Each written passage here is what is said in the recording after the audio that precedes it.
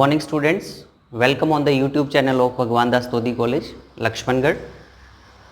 आज हम BSc part second के लिए वीडियो लेकर के आए हैं जो रेस्पिरेशन से लिया गया है। इससे पहले जितने भी वीडियोस मैंने रेस्पिरेशन के आपको बनाए हैं बताए हैं उसमें हमने मैकेनिज़्म की चर्चा की थी कि श्वसन क्या है और श्वसन का जो प्रोसेस है वो कैसे होता है और उसमें ऑक्सीजन का ट्रांसपोर्ट कैसे होता है, ठीक है ना, एक्सचेंज ऑफ गैसेस कैसे होता है। आज हम इस पूरे प्रोसेस का ये देखेंगे कि कंट्रोल कौन करता है। हम जानते हैं कि ये किस प्रकार का प्रोसेस है, इनवॉलेंट्री प्रोसेस है, अनैच्छिक क्रिया है। तो अनैच्छिक क्रियाओं का कंट्रोल ब्रेन में हमारे एक स्पेशल ऑर्गन होता है मेडुला ऑब्लिगेटा। मेडुला ऑब्लिगेटा हिंड ब्रेन का एक पार्ट है जो अनैच्छिक क्रियाओं का नियंत्रण करता है। लेकिन क्या इसके अलावा भी कुछ मैकेनिज्म हैं जो श्वसन की क्रिया को कंट्रोल करती है। तो हम आज डिटेल स्टडी करेंगे कि श्वसन जो प्रोसेस है इसका रेगुलेशन करने में कौन कौन से फैक्टर्स उत्तरदायी हैं, उसकी आज हम कंप्लीट बात करेंगे। तो सबसे पहले इसको डिवाइड करते हैं। मोटे तौर पर अगर देखा जाए तो श्वसन की क्रिया का कंट्रोल जो होता है दो तरीके से होता है। नंबर एक कहलाता है नर्वस कंट्रोल, जो कि किसके द्वारा होता है, नाम से पता चल रहा है, तंत्रिका तंत्र के द्वारा कंट्रोल होता है, वो कहलाता है नर्वस कंट्रोल। दूसरा होता है केमिकल कंट्रोल या रसायनों के द्वारा, जिसमें हम कार्बन डाइऑक्साइड, ऑक्सीजन की कंसंट्रेशन, HIN की कंसंट्रेशन की बात करेंगे, उससे किस प्रकार से कंट्रोल होता है। तो मोटे तौर पे हम इसे दो भागों में बांटते हैं, nervous control and chemical control. तो सबसे पहले जो मुख्य प्रकार है तंत्रिकाओं के द्वारा या तंत्रिका तंत्र के द्वारा किस प्रकार से श्वसन की क्रिया नियंत्रित होती है। इसके लिए हमारे तंत्रिका तंत्र में जो मुख्य भाग है सेंट्रल नर्वस सिस्टम का, यानी कि ब्रेन के अंदर जो हिंड ब्रेन होता है या पश्च मस्तिष्क जिसको बोलते हैं, तीन पार्ट्स होते हैं हम जानते हैं ब्रेन के, fore brain, mid brain and hind brain. Hind brain का जो लास्ट पार्ट होता है जिसको हम मेडुला ऑब्लिगेटा कहते हैं, मुख्य रूप से ये अनैच्छिक क्रियाओं का नियंत्रण करता है, इनवॉलेंट्री प्रोसेस है, श्वसन भी। तो इसको ये मेडुला ऑब्लिगेटा स्पेशली कंट्रोल करता है। और इसके लिए क्या होता है कि मेडुला ऑब्लिगेटा के अंदर सेंटर्स पाए जाते हैं, inspiratory centre and expiratory centre. ये दोनों सेंटर क्या करते हैं, इंस्पायरेटरी सेंटर इंस्पायरेशन के लिए रेस्पॉन्सिबल है, जबकि एक्सपायरेटरी सेंटर एक्सपायरेशन के लिए रेस्पॉन्सिबल है।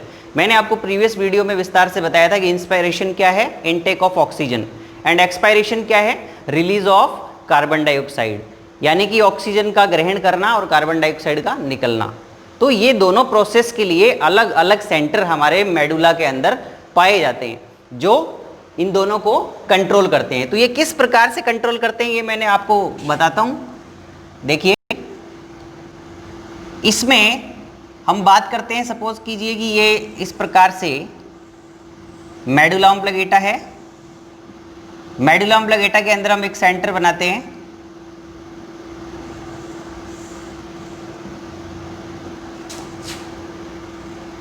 सपोज कीजिए कि ये मैंने दो सेंटर बताए आपको। ये कौन सा है, एक्सपायरेटरी सेंटर, ठीक है। दूसरा सेंटर होता है जिसकी हम बात कर रहे हैं जो इंस्पायरेशन के लिए रेस्पॉन्सिबल है, इसका नाम है inspiratory centre which is responsible to the inspiration process, ठीक है। अब यहां पे क्या होता है कि इंस्पायरेशन प्रोसेस जब शुरू होता है तो हमें पता है कि इंस्पायरेटरी सेंटर से नर्व इंपल्स निकलेंगे और ये कहाँ जाएंगे, मान लेते हैं कि यहाँ पे इस प्रकार से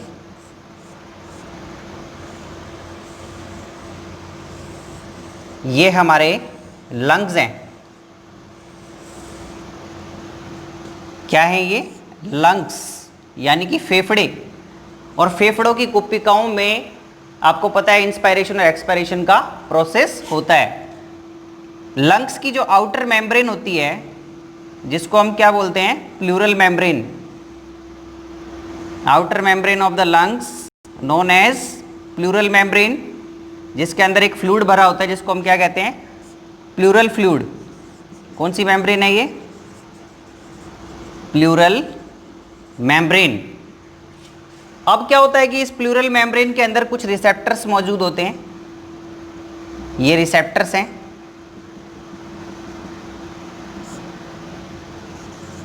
रिसेप्टर्स ऑफ लंग्स। देखिए अब हम इस प्रोसेस को समझते हैं। ये क्या था, मेडुला ऑब्लिंगेटा,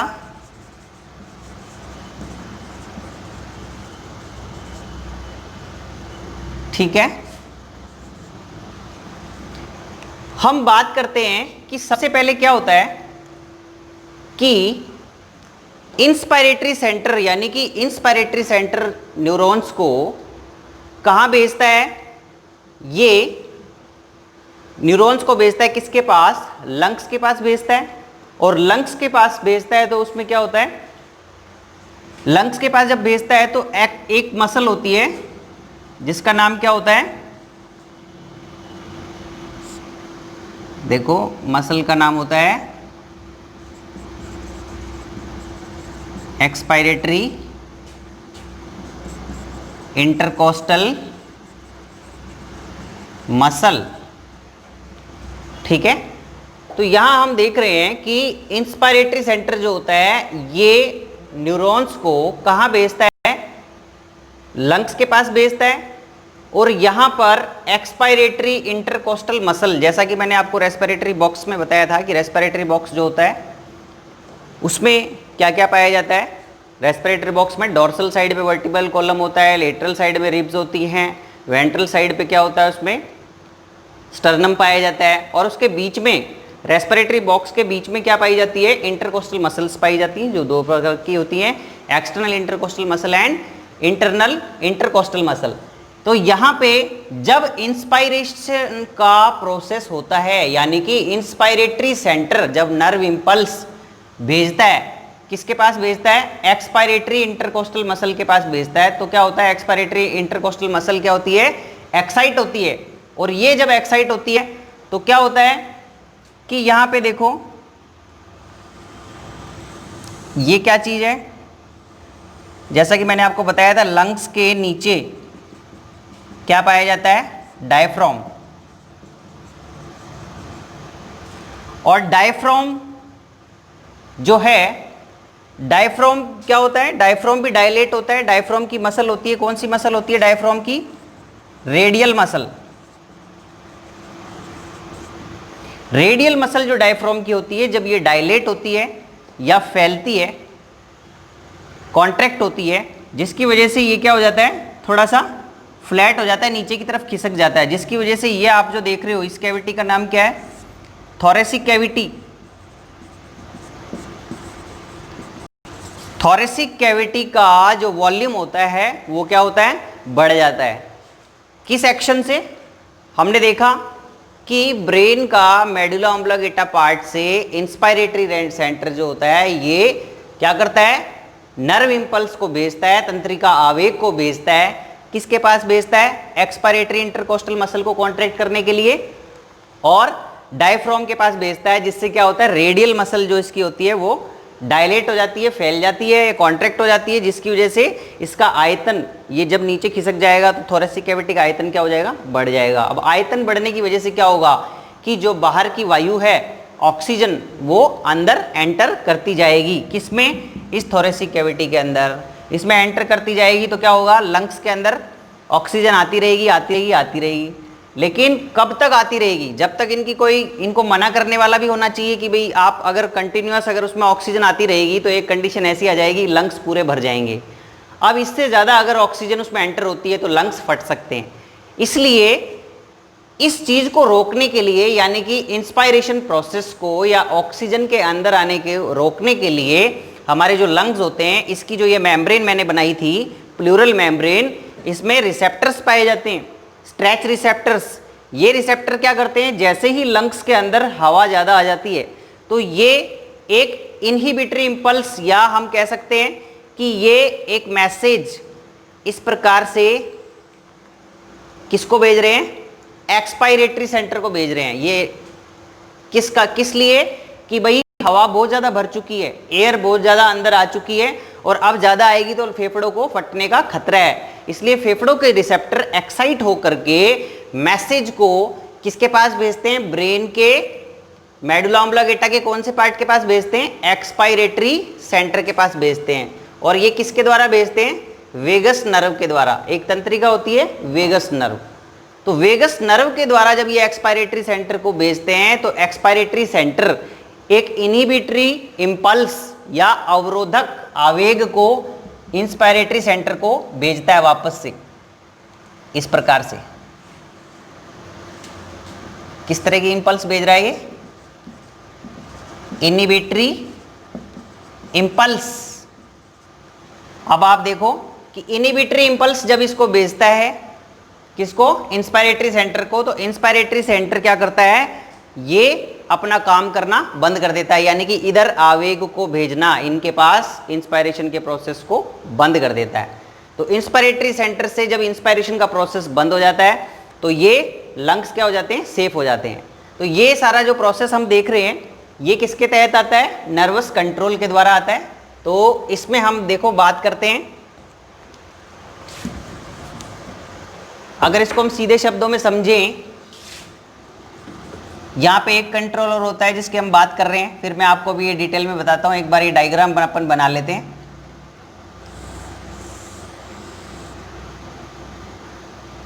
ये एक सेंटर और पाया जाता है ब्रेन में, मिड ब्रेन में, जिसका नाम क्या है?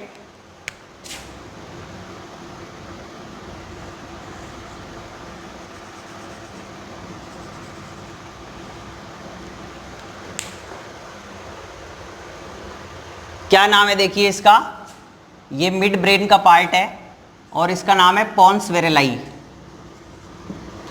तो हमारा जो तंत्रिका तंत्र है या जो ब्रेन है, सेंट्रल नर्वस सिस्टम का जो ब्रेन पार्ट है, ब्रेन के 3 पार्ट हैं, fore brain, mid brain and hind brain. तो मध्य मस्तिष्क का एक हिस्सा है जिसका नाम क्या है? पोन्स वेरेलाई। ये पोन्स वेरेलाई भी श्वसन की क्रिया में मेडुला ऑब्लिंगेटा की क्या करता है? हेल्प करता है। तो हम इन दोनों सेंटर्स को अलग अलग स्टडी करते हैं। इसको मेडुला ऑब्लिंगेटा को तो हम बात करते हैं, इसको कहते हैं हम कि सेंट्रल कंट्रोल ऑफ रेस्पिरेशन, और साथ में ये वाला जो कंट्रोल होता है जो पोन्स वेरेलाई के द्वारा श्वसन का कंट्रोल होता है, इसको हम क्या कहते हैं? इस सेंटर को क्या बोलेंगे? Pneumotaxic centre. Pneumotaxic centre. तो क्या क्या हो गया? हम ये इस सेंटर को क्या कहेंगे? पोन्स वेरेलाई को न्यूमोटैक्सिक सेंटर, जबकि इधर वाले को क्या कहेंगे? Central control of respiration. तो ये जो 2 सेंटर इसमें आपको दिखाई दे रहे हैं, इंस्पायरेटरी एंड एक्सपायरेटरी। तो अब होता क्या है? न्यूमोटैक्सिक सेंटर कैसे हेल्प करता है? देखिए, न्यूमोटैक्सिक सेंटर जो होता है, जब इंस्पायरेशन का प्रोसेस हो रहा होता है, इंस्पायरेशन का प्रोसेस कौन शुरू करता है? इंस्पायरेटरी सेंटर, ऑक्सीजन को अंदर लेना। जब ये आवेग इनको भेजता है, लंग्स को और डायफ्राम को, डायफ्राम को भेजता है फ्रेनिक मसल के, फ्रेनिक नर्व के द्वारा भेजता है, जिससे ये डायफ्राम क्या हो जाता है? इसकी रेडियल मसल कॉन्ट्रैक्ट हो जाती है, फ्लैट हो जाता है, जैसा मैंने अभी बताया था आपको। और लंग्स को भी भेजता है इंस्पायरेशन के लिए, इंटरकोस्टल मसल को। और जब ये इनको भेजता है आवेग, उसी दौरान ये आवेग किसको भेजता है? इंस्पायरेटरी सेंटर ये भेजता है किसको? पोन्स वेरेलाई या न्यूमोटैक्सिक सेंटर को भी आवेग भेजता है। ठीक है। अब क्या होता है कि जब ये इसको भेजता है और जब ये एक्सपायरेटरी सेंटर का, मैंने आपको बताया था कि एक्सपायरेशन का जो कंट्रोल होता है तो वो किसके द्वारा होता है? एक्सपायरेटरी सेंटर के द्वारा होता है। तो एक्सपायरेटरी सेंटर जब इससे उद्दीप्त होता है, किसके द्वारा? लंग्स के स्ट्रेच रिसेप्टर या वेगस नर्व के द्वारा जब ये उद्दीप्त होता है, तो उद्दीप्त होकर के ये क्या करता है? इसको इंस्पायरेटरी सेंटर के इसको रोक देता है। और इस दौरान क्या होता है? ये पोन्स वेरेलाई भी उद्दीप्त होने के दौरान एक इनहिबिटरी इंपल्स भेजता है। इनहिबिटरी इंपल्स किसको भेजता है? एक्सपायरेटरी सेंटर को भेजता है कि भी आप जो है इंस्पायरेशन के प्रोसेस को बंद करवाओ। तो ये किसकी हेल्प कर रहा है? पोन्स वेरेलाई इसकी हेल्प कर रहा है, मेडुला ऑब्लिंगेटा की हेल्प कर रहा है, इसके इंस्पायरेटरी एक्सपायरेटरी सेंटर दोनों की हेल्प कर रहा है इस प्रोसेस के अंदर। तो अब हम इसको अगर समझना चाहें बिल्कुल शॉर्ट तरीके से, तो देखिए यहाँ हम देख सकते हैं कि सबसे पहले इंस्पायरेशन का प्रोसेस देखिए आप। इंस्पायरेशन के अंदर हमने आपको बताया, इसी डायग्राम में से मैं बता रहा हूँ। इंस्पायरेशन में सबसे पहले क्या होता है, इंस्पायरेटरी सेंटर होता है। इंस्पायरेटरी सेंटर से नर्व इंपल्स किसको जाती है, नर्व इंपल्स जाती है, ये क्या करती है, डायफ्राम को जाती है, यानी कि रेडियल मसल को कॉन्ट्रैक्ट करती है, और साथ में क्या करती है, ये इंस्पायरेटरी सेंटर से एक्सटर्नल इंटरकोस्टल मसल को क्या करती है, कॉन्ट्रैक्ट करती है। एक्सटर्नल इंटरकोस्टल मसल कॉन्ट्रैक्ट होती है तो क्या होता है आप जानते हैं, इससे क्या होता है, डायफ्राम फ्लैट हो जाता है, ठीक है। और डायफ्राम के फ्लैट होने से, फैलने से क्या होता है, थोरेसिक कैविटी का जो वॉल्यूम है, आयतन, वो क्या हो जाता है, बढ़ जाता है। थोरेसिक कैविटी का जब आयतन बढ़ जाएगा तो उसमें गैस अंदर जाने लग जाएगी और वो प्रोसेस क्या कहलाता है, इंस्पायरेशन, ठीक है। यहां तक हो गया।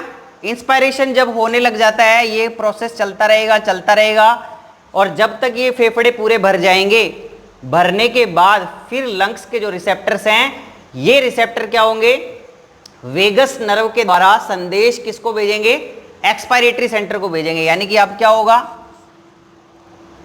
लंग्स रिसेप्टर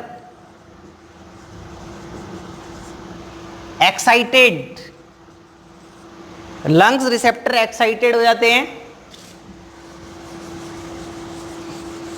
और एक्साइट होने के बाद ये क्या करते हैं, लंग रिसेप्टर, यहां लिख देता हूं मैं, देखिए, lung receptor excited and send vagus nerve to expiratory centre. Expiratory centre को इन्होंने एक इनहिबिटरी इंपल्स भेजी कि आप इस काम को रोको। तो ये मैकेनिज्म क्या कहलाती है, वेगस मैकेनिज्म कहलाती है। वेगस नर्व के द्वारा एक्सपायरेटरी सेंटर का क्या होना, उद्दीप्त होना।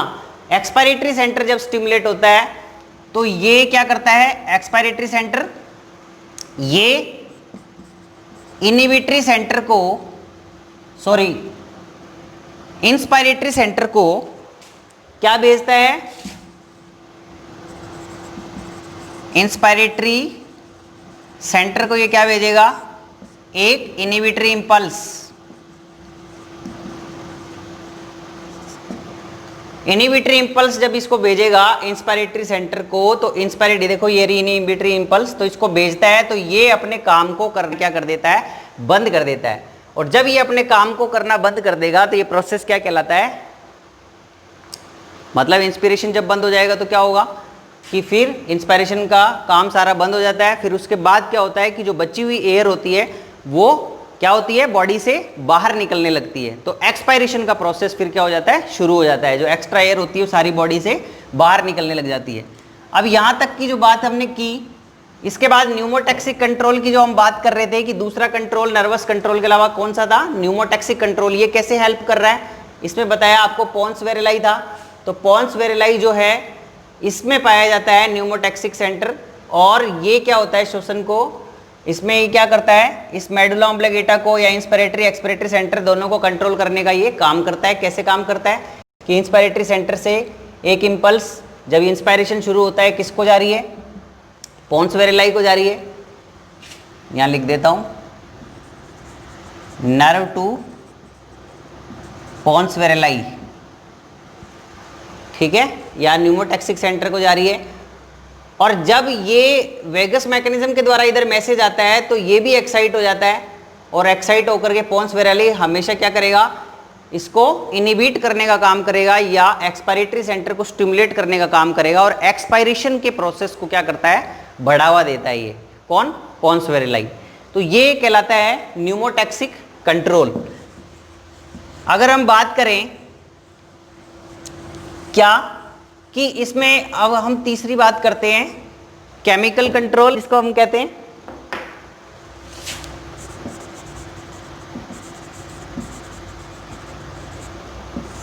केमिकल कंट्रोल क्या होता है? Chemical control specially carbon dioxide, oxygen, concentration of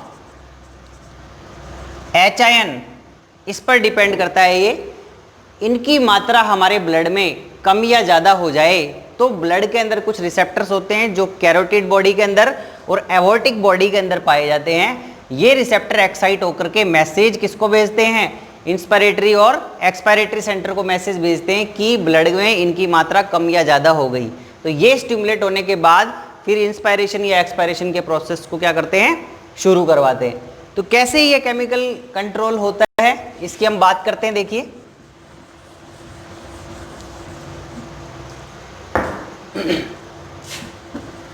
यहां अगर इस प्रकार से देखिए कैरोटिड बॉडी क्या किस तरीके से मिलती है। देखिए ये सपोज कीजिए इस प्रकार से ये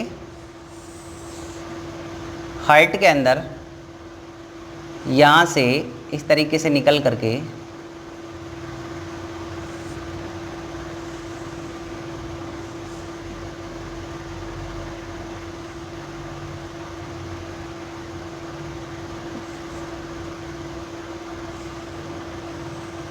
इस प्रकार से होती है।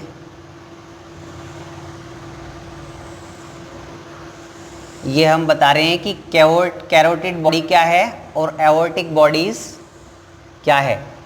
तो ये आप देख रहे हो ये स्ट्रक्चर हार्ट में, इसको क्या बोलते हैं, इसको बोलते हैं एवोर्टा। ये क्या है, एवोर्टा, और इसके अंदर क्या पाई जाती है, एवोर्टिक बॉडी। इस एवोर्टिक बॉडी के अंदर रिसेप्टर पाए जाते हैं जो क्या करते हैं कि रुधिर के अंदर जैसे ही जो मैंने आपको बताया ऑक्सीजन की कंसंट्रेशन या कार्बन डाइऑक्साइड की कंसंट्रेशन और या फिर HIN की कंसंट्रेशन कम या ज़्यादा हो जाए तो ये एवोर्टिक बॉडी के अंदर जो रिसेप्टर्स पाए जा रहे हैं एवोर्टिक, ये रिसेप्टर एक्साइट हो जाते हैं और ये मैसेज तुरंत किसको भेजते हैं, ब्रेन को मैसेज भेजते हैं कि आप इस प्रोसेस को, या ऑक्सीजन कम हो गई है तो इसे कंट्रोल कीजिए, कार्बन डाइऑक्साइड कम या ज़्यादा हो गई तो आप इसे कंट्रोल कीजिए, HIN कम या ज़्यादा हो गए तो आप इसे कंट्रोल कीजिए। तो ये केमिकल कंट्रोल के अंतर्गत हम देखते हैं कि रिसेप्टर कहाँ पाए जा रहे हैं। एक तो एवोर्टिक बॉडी में, ये देखिए ये जो बनाया है डायग्राम। दूसरा यहाँ पे इस तरीके से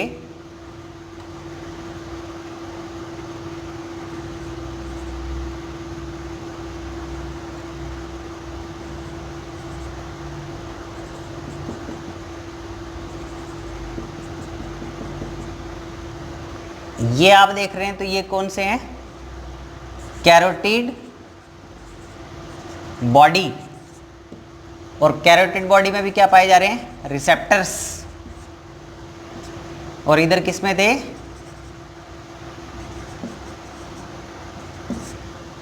ठीक है। तो ये जो एक लीनियर डायग्राम हमने बनाया है ये क्या बता रहा है कि एवोर्टिक बॉडी में रिसेप्टर पाए जाते हैं और दूसरी कैरोटिड बॉडी होती है। ये जो आर्टरीज देख रहे हो ये कौन सी आर्टरीज हैं, कैरोटिड आर्टरीज। क्या है ये, कैरोटिड आर्टरीज। तो इसमें भी रिसेप्टर मौजूद हैं, ठीक है।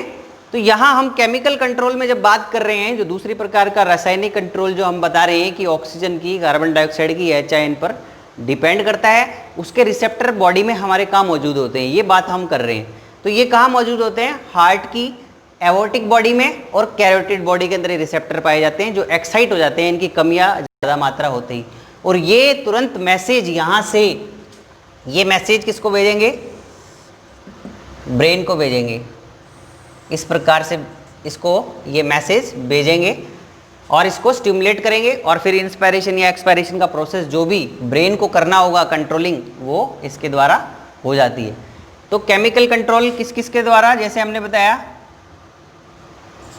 ऑक्सीजन कंसंट्रेशन, सपोज कीजिए कि ऑक्सीजन की ब्लड में क्या हो गई, कमी हो गई, कमी होते ही एओर्टिक बॉडी और कैरोटिड बॉडी के रिसेप्टर एक्साइट हो जाएंगे और ये मैसेज किसको भेज देंगे, इसको मेडुला को भेज देंगे। और मेडुला के जो दोनों सेंटर हैं, इंस्पायरेटरी एक्सपायरेटरी सेंटर, अगर ऑक्सीजन की मात्रा कम हो गई है तो ये क्या करेगा, इंस्पायरेशन को प्रोसेस को बढ़ा देगा, यानी कि इंस्पायरेशन प्रोसेस शुरू हो जाएगा।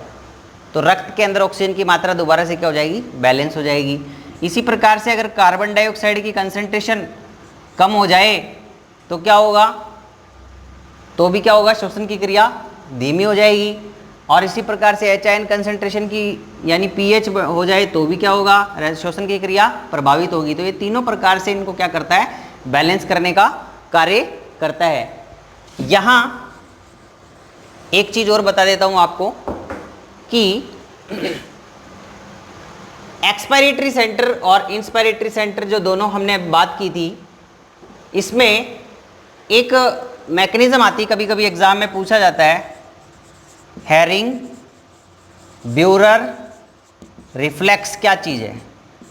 कभी कभी एग्जाम में पूछा जाता है हैरिंग ब्यूरर रिफ्लेक्स क्या है। ये इसी से रिलेटेड है, इंस्पायरेशन और एक्सपायरेशन का जो प्रोसेस हो रहा है। यहाँ पे सबसे पहले जो मैंने बताया आपको, इंस्पायरेशन का प्रोसेस कौन शुरू करता है, इंस्पायरेटरी सेंटर। तो जब इंस्पायरेशन का प्रोसेस चलता रहता है और लंग्स जब पूरे भर जाते हैं और फिर लंग्स के अंदर क्या होता है, लंग्स के जो रिसेप्टर होते हैं, जो प्लूरल मेम्ब्रेन होते हैं, ये एक्साइट हो जाते हैं कि हवा बहुत ज़्यादा भर चुकी है। तो जब इनको फिर ये क्या करते हैं, वेगस नर्व के द्वारा मैसेज किसको भेजते हैं, एक्सपायरेटरी सेंटर को भेजते हैं। और एक्सपायरेटरी सेंटर फिर एक अवरोधक इम्पल्स को या इनिबिटरी इम्पल्स को किसको भेजता है, इंस्पायरेटरी सेंटर को भेजता है। जिससे क्या होता है, इंस्पायरेशन की जो हवा अंदर आती जा रही है, वायु अंदर आती जा रही है, उस प्रोसेस वो क्या हो जाता है, रुक जाता है। ये पूरा प्रोसेस यानी कि इंस्पायरेशन होना और वापस से पूरा भर जाने के बाद उसका बंद हो जाना, किसके द्वारा, वेगस नर्व के द्वारा, ये कहलाती है हैरिंग ब्यूरर रिफ्लेक्स। ठीक है ना, इन वैज्ञानिकों ने इसकी स्टडी की थी इसलिए इसका नाम पड़ गया हैरिंग ब्यूरर रिफ्लेक्स। तो ये केवल यहाँ से रिलेटेड है कि इंस्पायरेशन होने के दौरान जब लंग्स पूरे भर जाते हैं तो वापस से वायु को बाहर से जो आ रही है इंस्पायरेशन के प्रोसेस को रुकवाना या रोकना, वो कहलाता है हैरिंग ब्यूरर रिफ्लेक्स। और हम अगर इसमें बात करें तो जो मेन पॉइंट्स जो थे वो मैंने आपको बताया कि रेगुलेशन ऑफ कंट्रोल कैसे होता है। अब इसमें अगर हम और बात करें तो कुछ सेंटर की और बात कर सकते हैं। कभी कभी क्या होता है, मेडुला के अंदर ये जो आप ऊपर देख रहे हैं पोन्स वेरेलाई, पोन्स वेरेलाई के अंदर दो सेंटर होते हैं। एक सेंटर होता है जो कहलाता है न्यूमोटैक्सिक सेंटर और दूसरा कहलाता है एपन्यूस्टिक सेंटर। तो ये जो दोनों सेंटर है ये किस में पाए जाते हैं, पोन्स वेरेलाई के अंदर। तो इसमें आपको एक शॉर्ट में मैं बता रहा हूं, बाकी कि इसमें क्या होता है कि न्यूमोटैक्सिक सेंटर जो होता है ये तो क्या करेगा, ये तो हमेशा एक्सपायरेशन के प्रोसेस को बढ़ावा देगा। क्या मतलब कि वायु को बाहर निकालने का काम करेगा, ये उसको बढ़ावा देता है एक्सपायरेशन के प्रोसेस को। लेकिन एपन्यूस्टिक सेंटर जो होता है ये इंस्पायरेशन प्रोसेस को क्या करता है, बढ़ावा देता है। यानी ऑक्सीजन को अंदर लेने को या वायु को अंदर लेने के लिए ये क्या करता है, उसको बढ़ावा देता है। और एपन्यूस्टिक सेंटर अपने काम को कब रोकता है, इंस्पिरेटरी प्रोसेस को कब रोकने की कोशिश करता है, जब न्यूमोटैक्सिक सेंटर क्या करेगा, इसको एक इनिबिटरी इंपल्स भेजेगा। तो हम एक छोटे तौर पे कह सकते हैं क्या, वैसे तो मुख्य पॉइंट मैंने आपको बताए, लेकिन कभी कभी इसकी भी बात कर लेते हैं कि न्यूमोटैक्सिक सेंटर, एपन्यूस्टिक सेंटर। लेकिन आपके कोर्स के अकॉर्डिंग, बीएससी के सिलेबस के अकॉर्डिंग, आपकी क्लास के अकॉर्डिंग आपको केवल इसी से मतलब होना चाहिए कि कंट्रोल ऑफ रेगुलेशन मोटे तौर पर कैसा हो रहा है। ठीक है, लेकिन अगर हम चर्चा करें तो हम एपन्यूस्टिक सेंटर और न्यूमोटैक्सिक सेंटर इसको भी बता सकते हैं मिड ब्रेन में कि ये भी जो है दोनों का रोल क्या है। एक क्या करता है, एक्सपायरेशन को बढ़ाता है और दूसरा क्या करता है, इंस्पायरेशन को बढ़ाता है। और इन दोनों में ये भी कनेक्शन है कि न्यूमोटैक्सिक सेंटर एपन्यूस्टिक को रोकने का काम भी करता है इनिबिटरी इंपल्स के द्वारा। फिर एपन्यूस्टिक सेंटर क्या करता है, इंस्पायरेटरी सेंटर को उद्दीप्त करना बंद कर देता है, जिससे इंस्पायरेशन प्रोसेस बंद हो जाता है। ठीक है, तो ये सारा जो मैंने आपको आज बताया रेगुलेशन ऑफ रेस्पिरेशन में मुख्य रूप से मेन तौर पर बात करें तो कौन कौन जिम्मेदार थे। एक तो नर्वस कंट्रोल जो हो रहा था वो मेडुला ऑब्लिंगेटा मेन पॉइंट था उसका, ये पश्च मस्तिष्क का भाग है और इसके दो सेंटर कंट्रोल करते हैं, इंस्पायरेटरी सेंटर और एक्सपायरेटरी सेंटर जो बने हुए हैं इसके अंदर। और दोनों का काम क्या है, दोनों का काम क्या है, एक का काम है इंस्पायरेशन का प्रोसेस करना यानी कि वायु को अंदर लेना, और दूसरे का काम है एक्सपायरेशन यानी कि वायु को बाहर निकालना। और अगर हम इसकी बात करें डिटेल में, अगर वैसी बात करें और डीपली बात करें तो हम कह सकते हैं कि ये ब्रेन के अंदर लेटरल पोजीशन इनकी होती है, जिसमें एक डॉर्सल सरफेस होता है जो डॉर्सल न्यूरॉन्स को भेजता है, जो किस चीज़ के लिए जिम्मेदार है, स्पेशली इंस्पायरेशन के लिए। लेकिन वेंट्रल सरफेस पर जो पाया जा रहा है सेंटर, उसको हम वो वेंट्रल न्यूरॉन्स भेजता है और वो किस चीज़ के लिए जिम्मेदार है, एक्सपायरेशन और इंस्पायरेशन दोनों प्रोसेस के लिए जिम्मेदार है। ठीक है। और यहाँ दूसरा हमने कहा न्यूमोटैक्सिक सेंटर जो किससे रिलेटेड था, पोन्स वेरेलाई जो मध्य मस्तिष्क का भाग था, ये भी इसकी क्या कर रहा है, इंस्पायरेशन और एक्सपायरेशन प्रोसेस में हेल्प कर रहा है। किसकी, इंस्पायरेटरी और एक्सपायरेटरी सेंटर की। तो क्या दो सेंटर हो गए, ठीक है, एक न्यूमोटैक्सिक सेंटर और एक ये सेंट्रल। अब इसके अलावा हमने बताया तीसरा कंट्रोल क्या था, रासायनिक कंट्रोल, केमिकल कंट्रोल, और उसके रिसेप्टर कहाँ मौजूद थे, कैरोटिड बॉडी और एवॉर्टिक बॉडी में, जो क्या करते हैं, ब्लड के अंदर रुधिर में जब एच की सांद्रता साथ में ऑक्सीजन की और कार्बन डाइऑक्साइड की सांद्रता में परिवर्तन होता है, कम या ज़्यादा अगर ये होती है, तो ये तुरंत मैसेज किसको करता है, इसको मेडुला को मैसेज कर देता है। और मेडुला के जो दोनों सेंटर होते हैं, इंस्पायरेटरी एक्सपायरेटरी सेंटर, कंडीशन के अकॉर्डिंग रेस्पिरेशन के प्रोसेस को रेगुलेट करने का काम करते हैं। तो ये आपके सिलेबस के अकॉर्डिंग आज हमने एक शॉर्ट ब्रीफली करके बताया है इसको। और विस्तार से अगर हम इसकी बात करते हैं रेगुलेशन ऑफ रेस्पिरेशन की, तो ये हमें डिटेल में और डीप में हम MSc क्लासेस में बताते हैं, बट आपके अकॉर्डिंग ये बिल्कुल ठीक है। Thank you.